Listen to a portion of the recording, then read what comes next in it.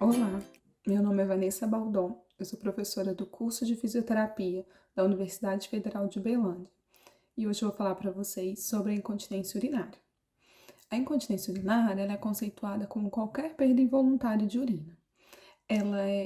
Pode acontecer em qualquer idade, entre homens e mulheres, mas ela é muito mais comum entre os idosos. Entre as idosas, nós sabemos que mais da metade delas apresentam perda de urina e 20 a 30% delas apresentam queixas graves, com mais de 10 perdas de urina por semana.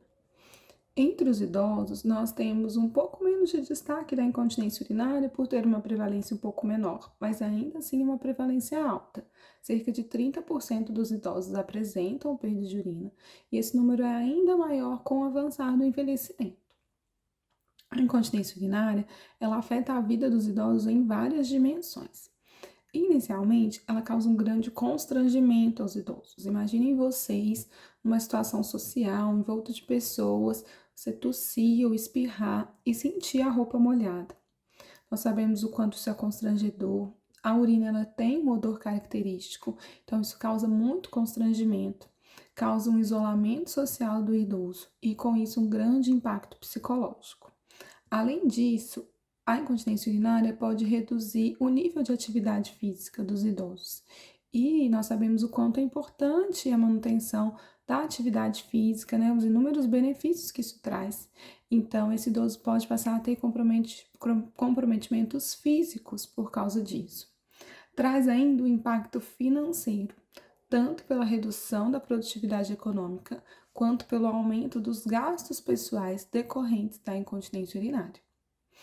A incontinência urinária, os estudos associam com aumento de ansiedade e de depressão nos idosos. Além disso, existe um aumento da carga dos cuidadores quando o idoso tem incontinência urinária, o que é um grande fator de risco para a institucionalização do idoso.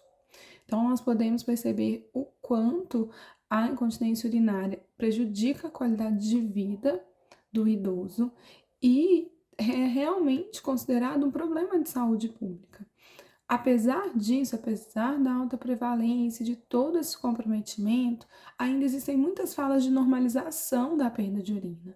Ah, mas com o envelhecimento é isso mesmo, as pessoas passam a perder urina, é normal. Então, nós precisamos entender que é muito comum, como os números mostram, mas não é normal.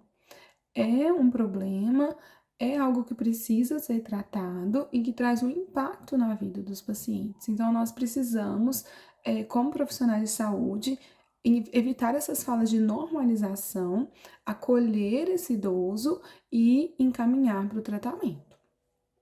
Para entender um pouco melhor e rastrear a incontinência urinária, nós precisamos entender os tipos.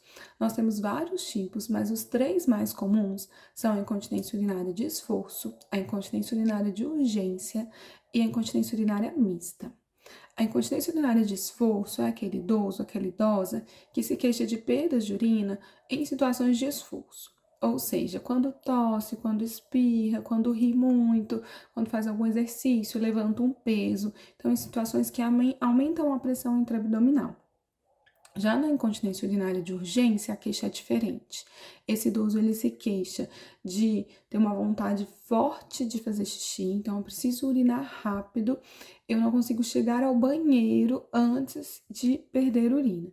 Então, ele tem a urgência, que é essa vontade incontrolável de urinar, e aí ele acaba tendo a perda antes de chegar ao banheiro. São idosos que normalmente têm uma frequência urinária alta, então vai muito ao banheiro durante o dia e durante a noite.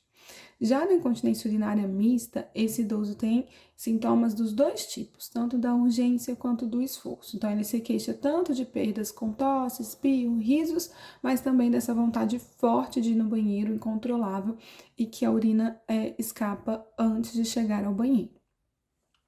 Como instrumentos de rastreio, existem alguns questionários.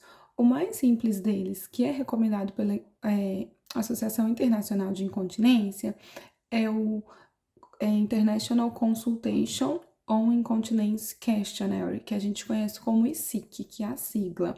O ICQ, na sua versão curta, ele é bastante rápido, ele é composto apenas de 3 questões, então ele é bem fácil de ser aplicado.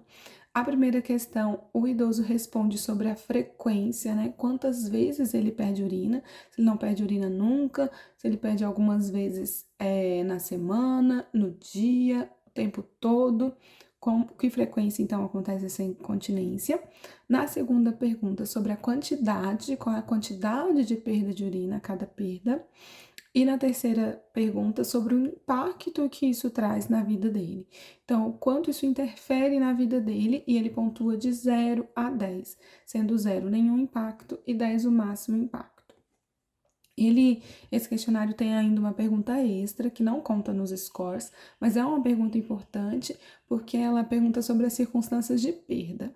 Então, a partir da resposta das circunstâncias de perda, nós já conseguimos começar essa classificação do tipo de incontinência que esse idoso apresenta.